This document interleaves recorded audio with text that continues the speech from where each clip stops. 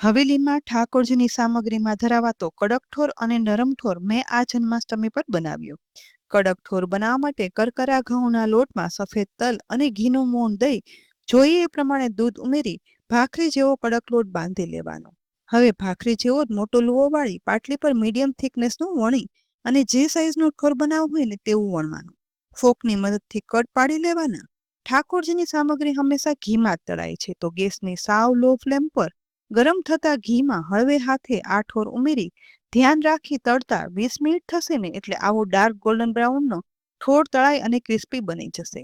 ચાસણી માટે પોળી પેનમાં ખાંડમાં પાણી ઉમેરી અને ગરમ કરી ખાંડ ઓગળી અને ચાસણી ઉકળવાની શરૂઆત થાય ને એટલે થોડું કેસર અને બરાસ કપૂર ઉમેરી ઉકળતા દોઢ તારી ચાસણી બનાવવાની. બસ આવી ઘટ્ટી ચાસણી બની જાય ને એટલે તળેલો ઠોર છે ને તે તેમાં ડુબાડી 1 મિનિટ સુધી સાઈડ ચેન્જ કરી રાખતા આસપાસ ચાસણીનું લેયર બની અને ચડી જશે.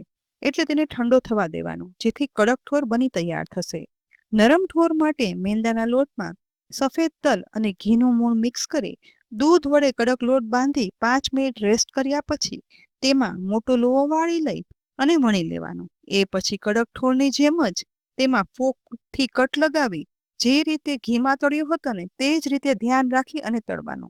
15 જ મિનિટમાં આ નરમ ઠોર છે ને તે તળ્યા પછી હવે તે ગુલાબી બ્રાઉન કલરનો તળાઈ જશે. એટલે બનેલા નરમ ઠોરને પણ બનાવેલી દોઢ તારી ચાસણીમાં ડુબાડી ચાસણીથી કવર કર્યા પછી અડધી કલાક ઠંડુ થવા દેવાનું.